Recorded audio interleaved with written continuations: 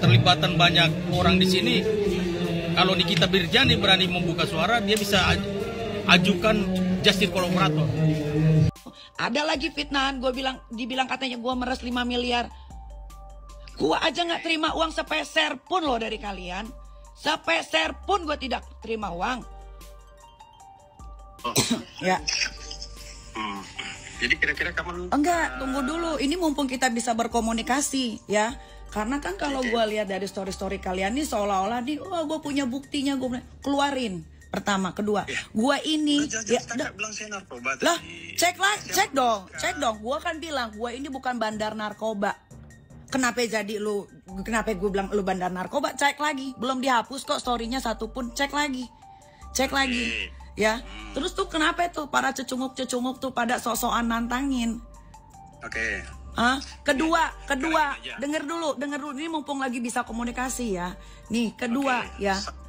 Gue ini ya menolong istri lu yang namanya Sheila Shaukia itu real karena pertemanan, karena gue lihat tuh dia orang baik. Dia minta tolong gue dengan overclaimnya dia, sampai gue teleponin sama orang-orang terdekat gue. Bang, denger bang, dia udah gak jual overclaim bang, udah dibebenahi bang, segala macam ini itu. Ada gak gue minta uang sama kalian? Kok kalian tuduh gue meres? Meres di mana? Kapan gue meres kalian? Terus ngomong dulu. Lah iya itu.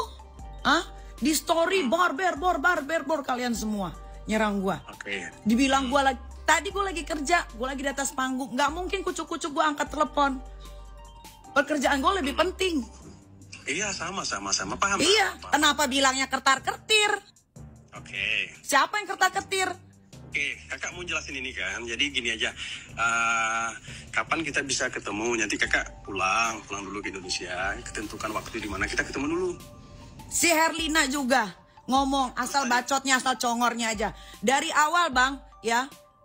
Dari awal, gue panggil lu bang lagi ya. Dari awal, gue tidak pernah yang namanya ngejelekin yang namanya Sheila Shaukia. Gue memang bikin story bentuk kekecewaan. Ada nggak gue jelekin bini lu? Tiba-tiba adik bini lu ngata-ngatain gue tanpa ada geledek, tanpa ada hujan, tanpa ada rasa bersalah. Tiba-tiba katanya gue yang mulai duluan.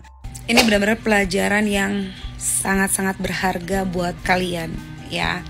Di sini mau saya sampaikan dulu ya, sekitar 2 tahun yang lalu saya hadir di dunia pertiktokan.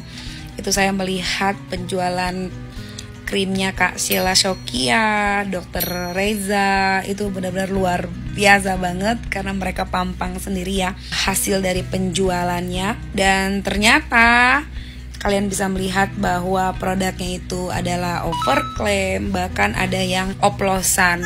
Saya tidak benci dengan Kak Sheila sama sekali, tapi karena sifatnya adalah edukasi, biar semakin banyak lagi orang yang terselamatkan kulitnya dari krim yang berbahaya. Kalian bisa belajar dari kasus yang ada bahwa diskon besar-besaran bukanlah solusi. Skincare itu soal proses dan konsistensi. Jangan mudah percaya pada klaim instan tanpa dasar ilmiah. Ya, ini yang selalu saya gaungkan ke kalian. Kalian jangan berharap kulit kalian tuh putih kalau kalian kulitnya tuh sawo mateng. Dan kasus Sheila Shaukia mengingatkan pentingnya waspada terhadap skincare beresiko dan pentingnya edukasi keamanan produk. Ya, ini yang selalu juga saya sering katakan kepada kalian. Kok kalian mau ya beli produk yang tidak ada edukasinya gitu loh, yang cara branding marketingnya tuh cuman dengan cara flexing, kok mau beli gitu. Dan yang ketiga nih, pihak berwenang harus menyelidiki produk Sheila Shaukia agar konsumen tidak dirugikan oleh produk yang tidak terjamin keamanannya.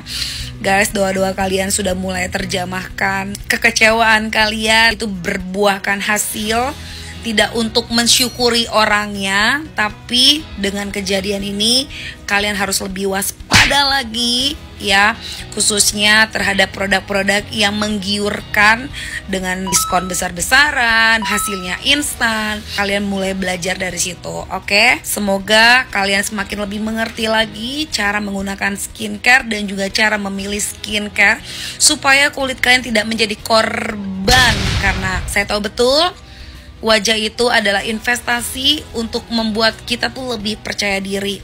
Belakangan ini muncul isu bahwa Sheila Shaukia menjadi tersangka dan meminta pengajuan penangguhan penahanan banyak publik yang berkomentar bahwa itu sudah seharusnya dilakukan oleh penyidik dan memang harus segera ikut ditahan karena sudah jelas skincare dari SS merupakan overklaim dan penipuan. Namun isu ini dibantah oleh Sheila Saukia dan itu adalah berita bohong. Akan tetapi banyak dari advokat senior berkomentar bahwa ada sesuatu yang harus dikembangkan dari kasus ini. Tak hanya berhenti pada dugaan pemerasan atas Nikita Mirzani, namun sudah jelas diduga ada sesuatu di balik bergesernya uang 4 miliar ke Nikita Mirzani dan itu sudah jelas fakta dan banyak korban yang berjatuhan.